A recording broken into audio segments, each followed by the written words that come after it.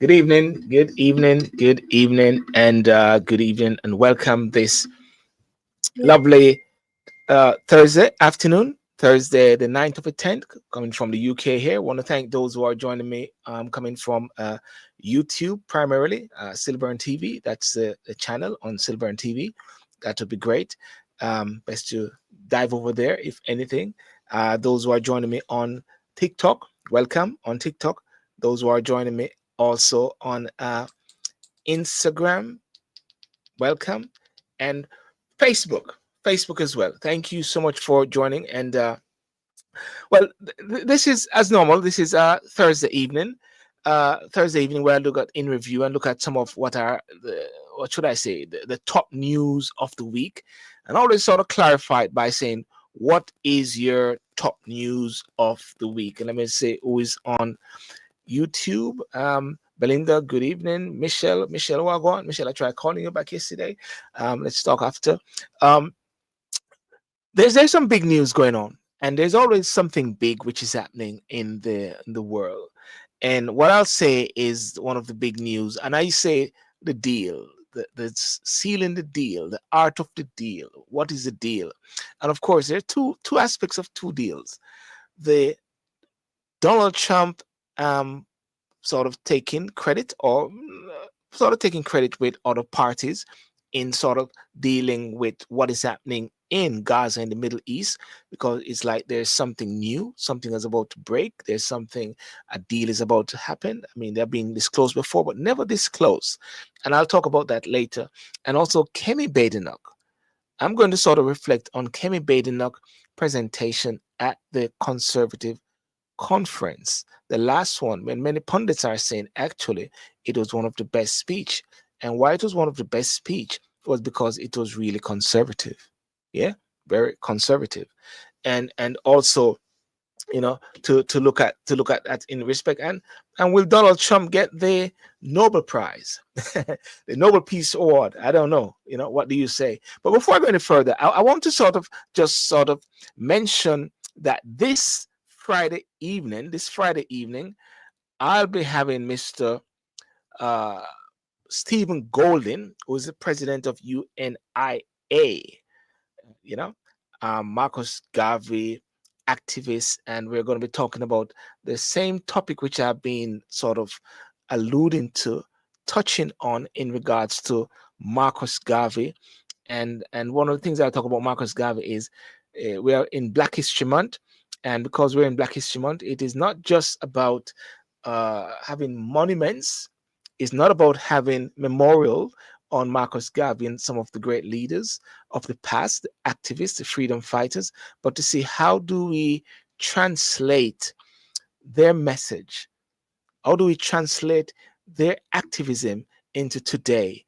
Translate it into your workplace, translate it into your school, translate it into the court as Black people, translate everywhere as well. And that is something that Mr. Stephen Golding is going to talk about. Mr. Stephen Golding is the son of former Prime Minister of Jamaica, Mr. Bruce Golding, as well. So Saturday night at 10 p.m., that's going to be on YouTube, and of course, overflow on TikTok and other places, and because of Black History Month, which we are in the UK. So it is supposed to be a very good evening. Good to see you, Silver, and the very best wishes once again. Ladies and gentlemen, let me introduce to you, believe it or not, Miss Esme McLeod used to be my principal, my teacher at York Castle High School, believe it or not, and I still call her, yes, Miss, it is nice when your teacher from years ago is actually following you, and I tell you, it gives you a sort of goosebumps at some when you can speak to your teachers of many years ago. And this is from 1984, 85, 83, 84, 85. Can you imagine, so many years ago? And there my teacher is on. Welcome, Miss McLeod. Thank you so much. That's really awesome. Now I feel a bit very subconscious now. My teacher's watching. But nevertheless, still very important, very important. And I want to go firstly. I want to go firstly on Kemi Badenoch. That's why I want to go firstly on Kemi Badenoch. And let me just play Kemi Badenoch a bit. Kemi Badenoch is the conservative leader. She's the opposition leader She has the potential to be a prime minister, believe it or not, because she's as the leader and things are happening. So let me just play that a bit with Kemi Badenoch. I'll just let it play slightly.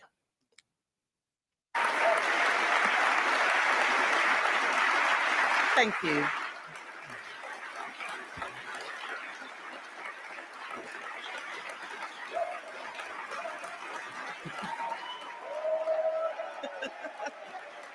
Thank you, conference.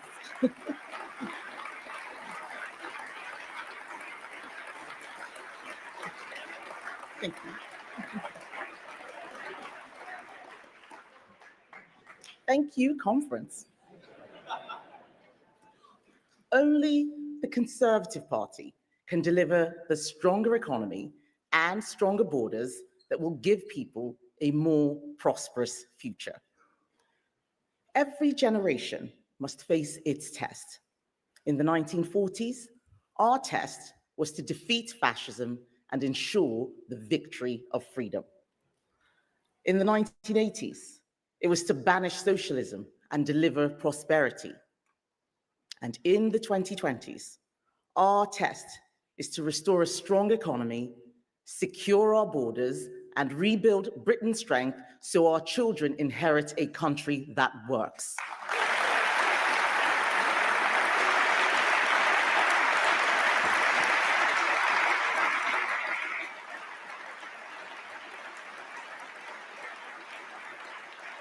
Ladies and gentlemen, conference, thank you. Thank you for standing by the only party that can meet the test of our generation. Let's start a bit there now. So that's Kemi Badenoch. She is the leader of the Conservative Party. We're at the end of the conferences, and they have said, and I'm going to play a couple comments persons have made about this particular conference. Kemi Badenoch, what they say, the outlook from the Conservative conference, what they say, projects a bold shift towards economic reform and party renewal, presenting herself as a leader committed to slashing taxes, tackling costly regulation, and revitalizing home ownership. And her keynote speech was centered on abolishing stamp duty on primary residence. Now, one of the things that let me put my picture up further there. With Kemi Badenoch, many people have been saying that her time is numbered, right? She's going to be going soon. She's not going to be there for a long time. There's going to be the election, which is going to be next year, May, which is a local government election, which I'm actually going to be standing in one of them as well, in one of in the areas, and I'll give more information on that in the future, as it becomes a bit more secure. Well, it's secure anyhow still, but I believe in a way that somehow what she has said is that she's not a person that will jump up and do policies. The Conservative Party, as she said, and as we know, has gone through a very bruising beating. And by going through this bruising beating, then she said she needs time to regalvanize and everything like that. Now Nigel Farage is rising, which is true reform. But at the same time, you got different persons from the Conservative Party jumping ship and going towards the Reform Party. But what she said is, that's understandable. People are free to go.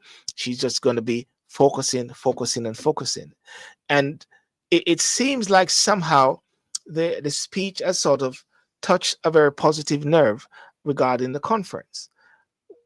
We're going to see how that unfolds in the upcoming elections, because if the upcoming elections is very bruising, chances are, we all know that the Conservative Party changed leaders very quickly. There was Theresa May, there was Boris Johnson, there was Rishi Sunak, and there was Liz Truss, and it happened just like that without a major election. So anything can happen at the same time. But what she has said is something which someone said, that what Kemi Badenoch has done, she has done the best speech for a long time.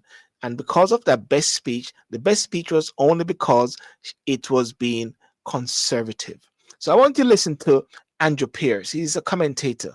And this is what he said in regards to Kemi Badenoch. I don't often do this, but I've changed my mind. And it's on Kemi, the Conservative Party leader, her speech to the conference this week was the best of the conference season. More than that though, it was the best speech by a Tory leader to a Tory conference in more than 20 years. Much better than Boris Johnson, much better than David Cameron. And you know why? Because the speech was genuinely conservative. That makes a change, because Tory leaders in the past have not been very conservative. And the plan to abolish stamp duty on property purchases is genius, because it will appeal particularly to people under the age of 30 who can't get a foot on the property ladder, and pensioners who are desperate to scale down, perhaps buy a smaller property, but can't afford to because of stamp duty. Very clever move. It will liberate the property market, which will be great news for plumbers and builders. Very positive. And will it make a big difference to the Tories in the polls? They will climb up, I think. Will it make a big difference to the outcome of the next general election? Who knows? But at least it's getting the Tory party talked about again, and talked about for once for positive reasons, because they're coming up with policy ideas which are eye-catching and attractive, could even be vote winners. Okay, there. Okay, there we are regarding Andrew Pierce views in regards to Kemi Badenoch. Now, I was listening to a lady, and the lady was on LBC, and the lady said, while it's her first time that she voted for Labour, and of course she's a black lady, and she said she will never vote Labour again because of the fact that things are getting harder on the Labour. But you wouldn't believe where she was edging her bets on, and where she was actually thinking of putting her bets towards, or vote towards. Yes, she was more leaning towards reform. And many people are seeing reform as the Prime Minister called Nigel Farage, or leaning towards being a racist to a certain extent. Many persons are coming out and say, well, he's not racist, but there's something else about the Reform Party. It is a party that would appeal to racists. Nigel Farage not racist, but the Reform Party would appeal towards racists. But at the same time, many persons who have jumped ship from the Reform Party are from the Conservative. So what does that say of the Conservative as well? You can make your decision, make your choices. But at the same time, one of the things that need what many of the different leaders and what Nigel Farage is actually banking on a lot is the whole bit about immigration. And immigration. The Prime Minister, Sir Keir Starmer, has come out with digital ID, and he's using it as a way to deal with immigration for people working. Many people are saying it's a cop-out, because there are many ways, of course, which are there already, where people can check if people are legal to work in the country. So immigration seems to be the big thing. But one of the things that many people say about Nigel Farage is that Nigel Farage actually says it as it is. He says it as it is. And one of the things that lots of people, and even when I'm talking to people out there, I never forget one guy said to me the other day, he says, Silburn, listen, I'll vote for you, but for Pete's sake, just tell me if there's going to be a VAT increase. Just tell me if there's going to be a tax increase. Just speak the truth. Say it. And this is what people are actually saying. What I'm getting at the doorstep as well. People are just saying, say it. Say it as it is. Don't play politics. Because people are recognizing that, things getting tougher. Taxes will have to go up. The Prime Minister and the Chancellor has not definitively ruled out VAT increase. But what they have said is we are sticking with our manifesto. And sticking with the manifesto talks about no VAT increase when it comes on to the autumn budget. But I keep saying, will you have increase in VAT? They won't answer that direct question. All they say, we stick to the manifesto. So therefore, people are sometimes getting the impression that politicians, once they're in power, they can always play with the figures, because they can say, well, we have come and we have seen, and that we've got to deal with the figures in order to manage the books. Just like when I think when David Cameron came in from Gordon Brown, I think he got a letter saying there's no money as well. But back to Kemi. Her keynote speech centered on abolishing stamp duty in primary residence. and that was framed as a definitive move to help millions achieve home ownership. Home ownership has been a big thing in the UK. Many people are trying to get on the ladder, but the stamp duty is something which sometimes holding them back.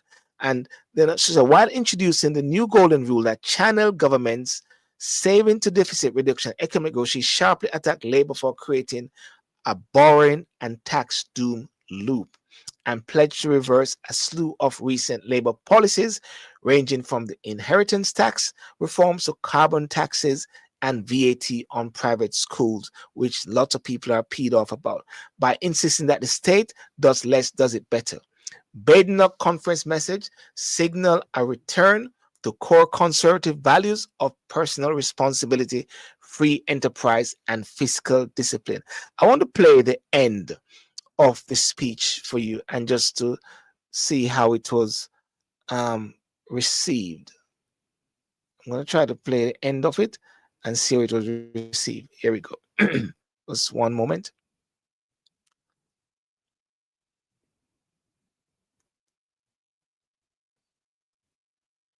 Okay. The end of this speech for Kemi Badenoch. Here we go. Content of their character, not the color of their skin, where the vulnerable are supported, but where freeloaders. I stand for a government that takes less of your money and doesn't interfere in your life, where the state does less but does it better, where those who create wealth are welcomed with open arms, not driven from our shores, where reward matches effort, where Britain stands tall in the world. I stand for an economy where profit is not a dirty word, where enterprise is supported, not crushed.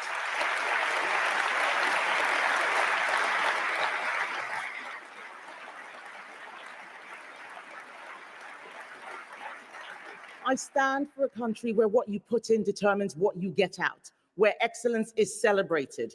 I stand for a country where actions have consequences, where we talk about responsibilities as well as rights, where crime is punished and justice is served, where the welfare of victims outweighs the welfare of criminals.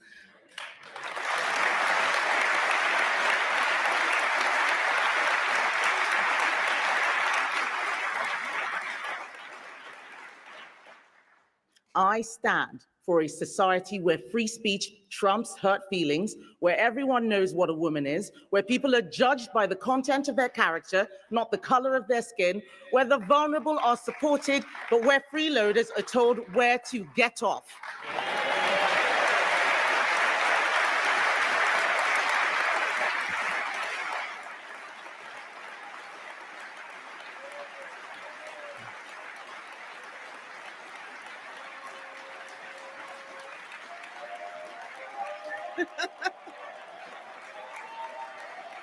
Conference, I stand for stronger borders and a stronger economy so that the young can fulfill their potential, the old can live out their years in dignity, and everyone can achieve their dreams to own a home, run a business, raise a family. This is the Britain I stand for. If it is the Britain you stand for, then stand with me and let's build it together.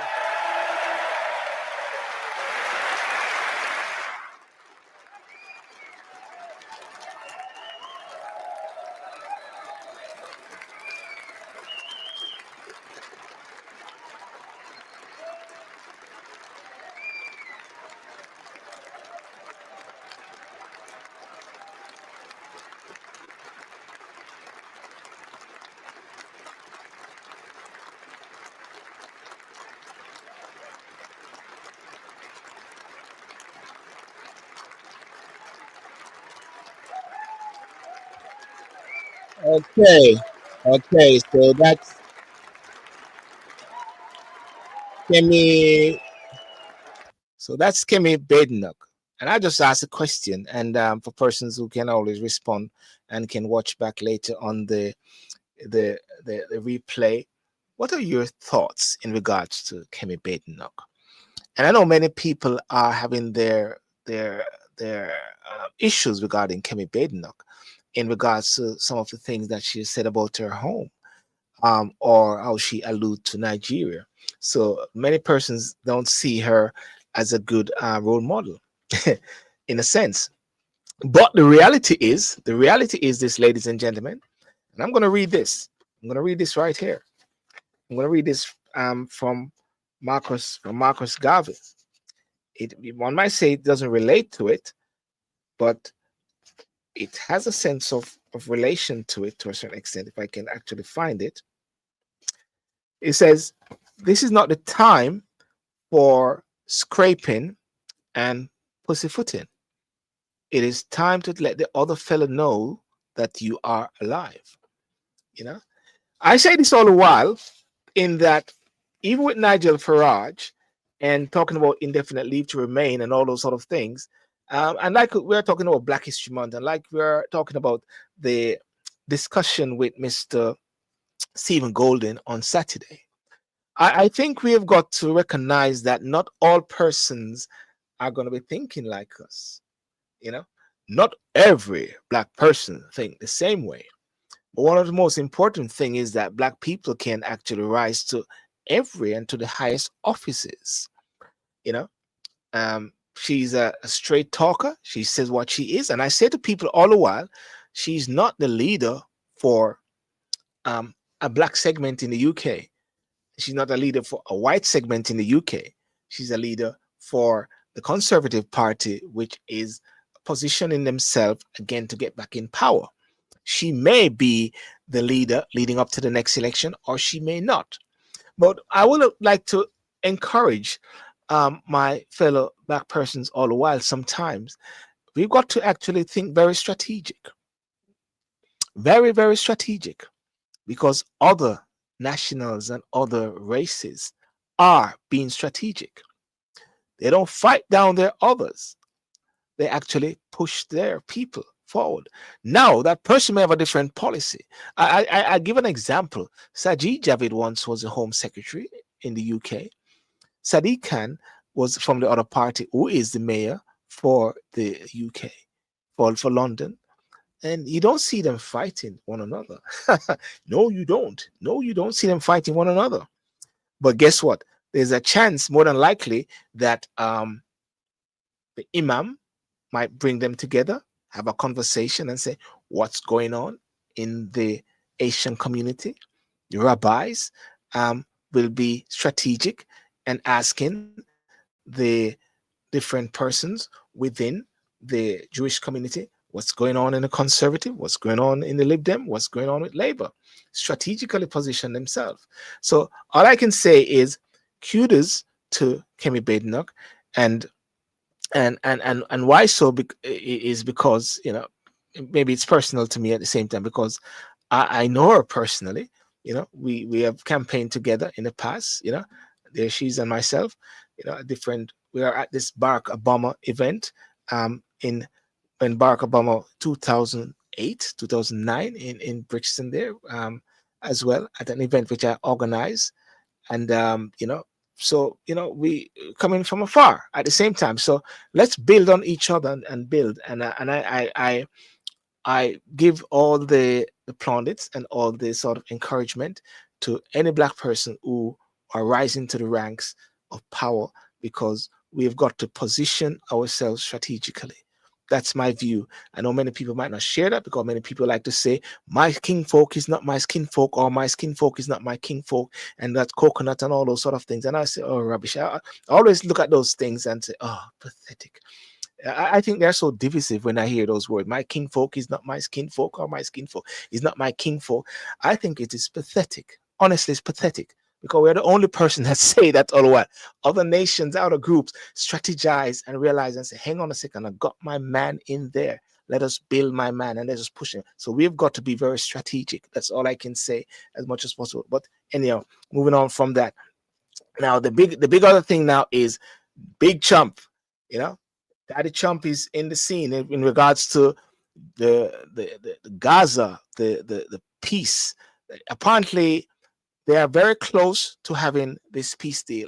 And I was watching earlier when Donald Trump received, it is similar, not similar to a certain extent, but similar to a bit when he was at a function, and he was told about the, you know, and he was told about that there's a closeness to having a deal.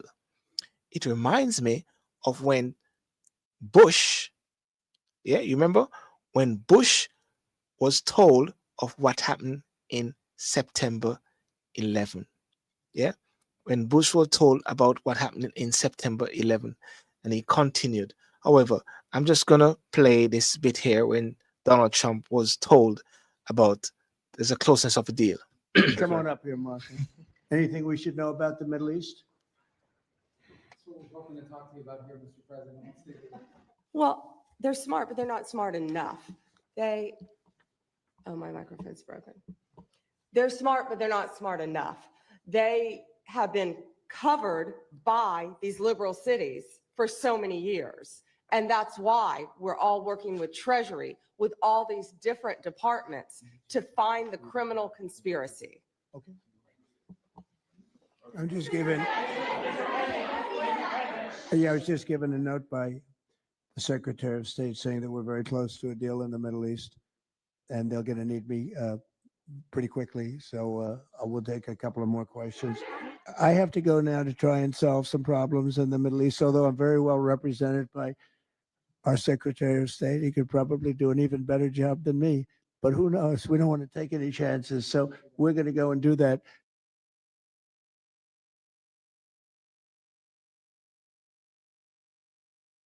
So there we are, Donald Trump being told about the closeness of a deal. Now, what is this deal, and what is this deal about?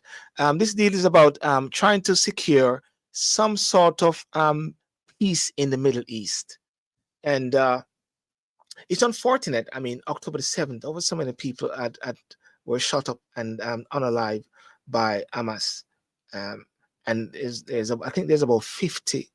There's about 50. Prisoners being held. Some of them apparently maybe unalive, and they're not sure they're going to find all of them and some of their bodies. It still cannot be compared to the amount of persons who had been unalive in Gaza, and that is something that we have to reflect on. But at the same time, you have to ask yourself why and how this continued against everything. And the latest on this proposed Gaza deal is that Israel and Hamas have agreed to a first phase of peace agreement. This is brokered with strong U.S. involvement led by Donald Trump that aims to end the 2-year war in Gaza. Donald Trump was expecting this to be done in a day when he became president. He was hoping to deal with Gaza in a day, deal with Ukraine in a day, and he realized that's a challenge. I always say that the president is always subject to the presidency. I mean to say you can't just go in there and just believe that you can do things just like that. He's under some level of authority and realized that he's got to deal. And as he wrote that book called The Art of the Deal, that is why I titled today was Did Kemi the Deal and Trump the Deal? The deal awaiting formal cabinet approval establishes a ceasefire, mandate a partial Israel military withdrawal to an agreed line, and sets in motion the release of all remaining Israeli hostages within 72 hours, starting as soon as the ceasefire takes effect. They believe that this will start happening by Monday or Tuesday, and Tuesday. Hamas, in return, will see Palestinian prisoners released by Israel. The official signing of the accord took place in Egypt, supported by key international mediators. So while both sides have hailed the agreement as a breakthrough, pivotal issues remain unresolved, including the term and the timeline for Hamas disarmament and the future governance of Gaza. There's one name which is out there, which is actually going to be in the big frame, who's the head of the quartet, Tony Blair. Many people are saying, oh my days, Tony Blair. How Tony Blair got into this? My good friend is actually works in his organization. Tony Blair is there. Many people are saying Tony Blair again, because the whole digital thing, which they're talking about, digital ID, it has been rumored, and I got to qualify by saying it is rumored, is alleged that his son, Ewan Blair, is the one who is going to get the contract to do this. Nigel Farage said, over my unalive body, that they are going to put this digital ID, and their petition now up to 3 million, where many people opposed to that, the digital ID which will have everything. And it reminds me of the fact that, and I'm moving on to the digital ID a bit just briefly, because there's so much hackings going on, so much cloning going on. And when you think about this, you find yourself in a situation whereby hackers are going to be so close. There must be, wipe their hands in glee, because in that dark web, there are potential for them to actually now to ramp up their style, because they're going to have a whole nation database to their disposal. Yeah, it reminds me of on TikTok when they say that you need to click on the heart, so TikTok knows you're human. And I'm saying to myself, hang on a second, if you're going to click on the heart so TikTok knows that you're human, that means to say the hackers or the bot can also program things to click on the heart as well. So I said, hang on a second, who is human? What is human? I mean, I had that discussion on AI the other day. Powerful at the same time, So President Trump plan envision a technocratic, non-political Palestinian committee as an interim governing body. Is that going to be led by Tony Blair? Eventually handing over administration to the Palestinian Authority. We've seen how that works in the past sometime, where in some places are trying to create democracy, our democracy, upon countries who sometimes it is best to leave them as they are to a certain extent for them to run things, because our democracy and the way we think of democracy, and as my good friend Michelle would say, democracy is not really democracy. Yeah, while explicitly excluding Hamas from a post-war governance, initial reports indicate broad international backing for the deal, but careful monitoring is expected, especially regarding continued violence, humanitarian access, and the political implementation of subsequent phases of the peace plan. Yeah, subsequent cases of the peace plan. So this is a very important step, and I know a lot of people are looking towards some solution. We're not going to use the word final, but they're going to look for some solution in regards to this, and to sort of, motivate. And a lot of people in the Middle East, they're actually saying they haven't had food for a while, they have no places to go, and we hope that it is going to take place. We're talking about having this this metro or so, and I believe creating this sort of metro or this sort of landscape of the Mecca in the Middle East. There, it's a way to somehow disarm Hamas and take full control as well. That leads to the whole thing about the will Donald Trump get the peace prize? The peace prize is something which they are talking about. When Obama got the peace prize, the Nobel Award, and they asked him, why did you get it? He said, that picture which he has, I don't know, because he just came in.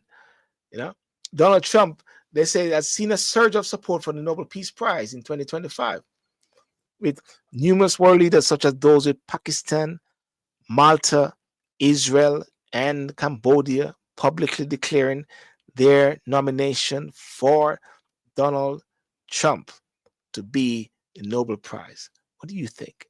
Do you think he deserves it? I mean, he came in and he declared that he's going to be sorting out some things. He said he's going to be doing some things. And it seemed like he's actually in the process of getting it done. Right? That's where he's at. He's in the process of getting it done, isn't it? So therefore, he's like the big. What was Biden doing? What was Biden doing at the same time? Well, I won't talk about a gentleman who is not well. So, what was Biden doing? Negotiating Israel-Hamas agreement.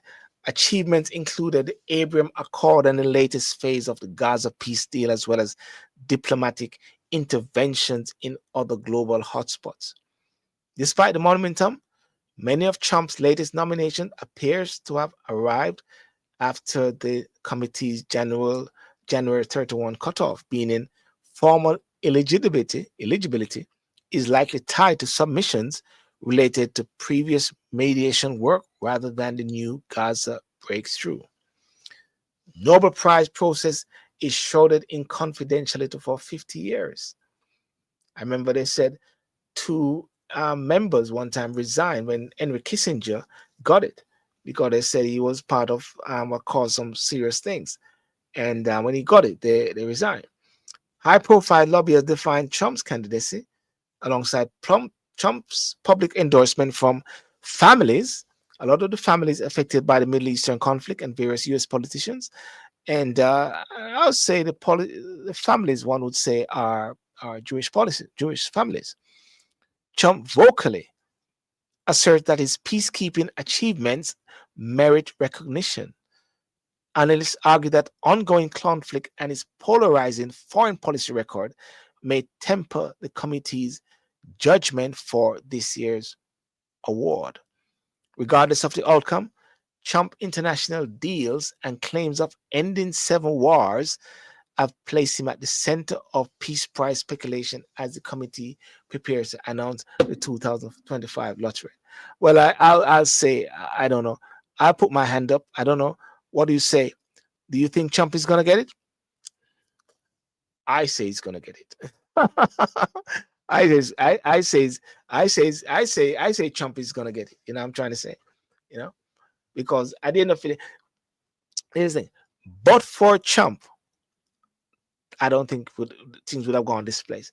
But for Trump, you wouldn't have Zelensky and having these sort of negotiations taking place. But for Trump, with a reality. But for Biden, these things would be going on, and he wouldn't know what's happening. But for Trump, you're seeing a push and a breakthrough, which is happening in the Middle East. But for Trump, if it was Biden, nothing now go on, you know, and we all know that nothing would be going on if it was Biden, right? So I put it that Trump, whether like he's going to get it or he's going to be tied with some of the persons in the Middle East that is a part of the world structure in doing that. Yeah. The other thing I wanted to do before I wrap up is in Jamaica, there's been some unfortunate developments. You know, there was that cherry tree unaliving of that young man, because of in the area, 23 policemen went and unalive him. It's funny. You don't actually know what is happening. You actually don't know what is happening there to a certain extent. It's like it's left. It's, you know, people have to wonder what's happening. And it would be great to know what is happening there in respect of that, you know. But I was looking at something earlier in regards to this, some latest thing which is happening in Jamaica. Let me see if I can find it here, where the Prime Minister went, and the Prime Minister went to a couple of places. It says Andrew Holness visited crime in recent days. Yeah. Jamaica's imposed curfews in several areas due to a spike in suspected gang violence following 2 major shootings. One incident in Kingston left 6 people, including 2 children, injured, while a mass shooting in Linstead resulted in 5 unalive, including a 4-year-old girl. Police and government officials, including the Prime Minister, have visited affected communities, emphasizing justice and community support. Despite these recent tragedies, I must say, police statistics report a 41% reduction in unaliving this year compared to 2024, with 552 unaliving as of October. Right? So it's a very sad issue when you have these things happening. The Prime Minister visited the community of Commodore in Linstead, St. Catherine, following the mass shooting that took place there on Sunday, October the 5th. During his visit on Monday, Holness met with relatives of victims, offered condolences, and pledged the government's ongoing support with counseling and assistant to those affected. He described the attack as a criminal terror and emphasized the need for community cooperation with law enforcement to bring the perpetrators to justice. Don't know the full background as to it, but just want to highlight that, you know, crime, we can say, is everywhere.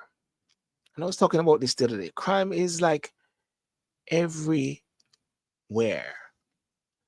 you know.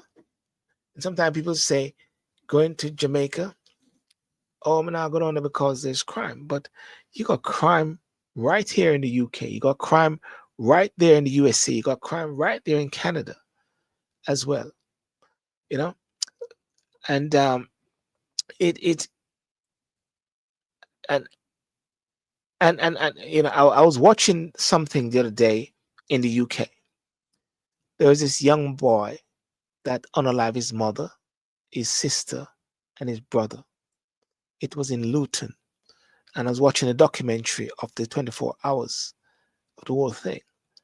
And what was very interesting was the fact that I think the mother found out that he had plans to do something to the school.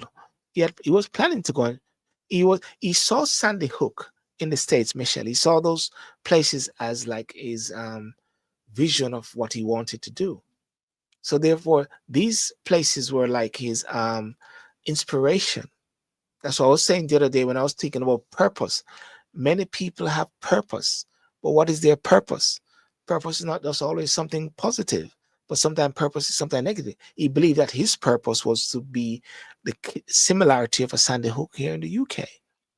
All right, and I think based on the fact that his mother found out about it, he unalived the mother, unalived his sister, unalived his brother, and then the whole plan went away because he had to go to the school to do the next movement, and they saw that based on social media trail and his trail.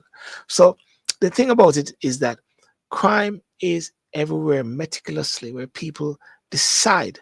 They say when somebody want to get you, they'll come for you. Police can't do nothing really until after the fact, unless you have situations whereby there's an injunction and there's some domestic violence and things have unfolded. But there's got to be something. You can't just get up and say, oh, that person is going to do that to me. You know, it got to, something have to happen, which is unfortunate that something have to happen, you know. So all I'll say is that crime is everywhere, and we just have to deal with it as it comes, because no man actually is I don't know if what the word is perfect or so, but that is a sad issue, and I'm really looking forward to find out the outcome of that investigation as to what triggered the police to unalive that gentleman, Mr. Farquharson, in Cherry Tree Lane. That is hopeful that something that's on the board, because things tend to overlap things. And then there was also the issue regarding Christopher Tufton, whereby there was some possible conflict of interest with a deal that he had, where apparently his alleged girlfriend or so like that was involved with it. It's all mixed up business, but it was found out that he wasn't complicit in the deal or so directly or tread. But it's a sad thing when these things happen. And my condolences to the family. Condolences again, as I said, to the families who are, you know, being, you know, being on the, you know, on alive. I say on alive because I've got TikTok on. That's why I use the word on alive. You know, so that's the thing there. So very sad. But anyway, that's it, ladies and gentlemen. That's the sort of so-called top news rounding up, because that is what is on the air. That is the whole thing. You know, we got the other issue regarding Robert Jenrick. Robert Jenrick, who is talking about that he hasn't seen much white people in Birmingham or so. The whole issue of diversity and inclusion is not taking place properly in the UK. So It's going to be a summer, an autumn, and a winter, and it's going over. And we're going to watch on the political thing, political game. But I say to everyone, make sure that you get involved in the political game. Michelle, you said there's more crime here in America than Jamaica, but it's because of the size of the country why it seems like it's more in Jamaica. Yeah, I think the best way to look at it is per capita. And I don't know if we got that figures there.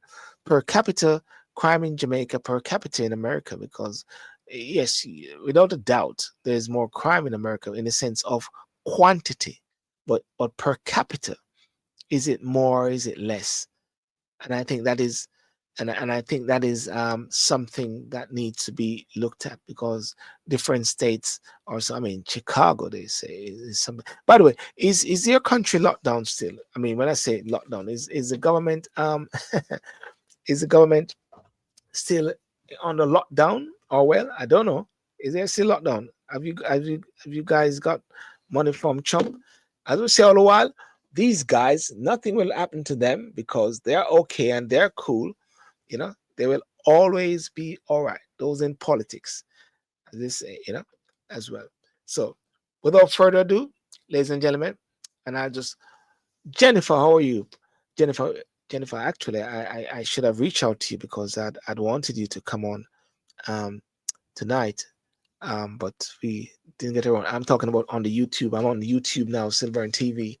I'd wanted you to talk about um, Kemi's speech, but I'm gonna jump over on TikTok shortly. Don't know if you're gonna stay there. You can come on live if anything. But ladies and gentlemen, I'm gonna finish off with YouTube here now and hop over TokTik here as well. So have a good night. Remember to like and subscribe. And Saturday night, again, let me put another plug. Saturday night, I'll be with Mr. Stephen Marley.